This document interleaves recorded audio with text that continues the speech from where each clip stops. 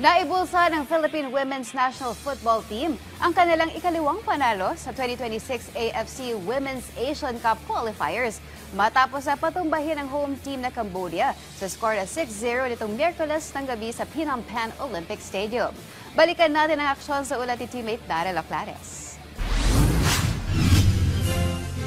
Hindi naging hadlang sa Philippine Women's National Football Team ang home court disadvantage para masungkit ang dominanteng 6-0 na panalo kontra Cambodia sa ikalawang match day ng 2026 AFC Women's Asian Cup Qualifiers nitong Miyerkules sa Phnom Penh Olympic Stadium. Dalawang magkasunod na goal ang pinakawalan ni na Alexa Pino at Meryl Serrano para maagang makapagtala ng 2-0 lead ang Pilipinas laban sa mga Cambodians. 20 minuto pa lamang ang nakalipas sa unang half. Isa pang puntos ang nagmula kay Serrano sa 36th minute para makamit ang brace. Samantalang nakabuenas pa ang Pilipinas kasunod ng own goal ng home team sa 39th minute para makapagbaon ng 4-0 na bentahe matapos ang 45 minutes. Sa second half, nakasipa naman ng goal ang team captain at defender na si Hailey Long sa 48th minute na sinundan ng ika-6 na goal ng pambansang kupunan mula kay Chandler McDaniel sa 56th minute.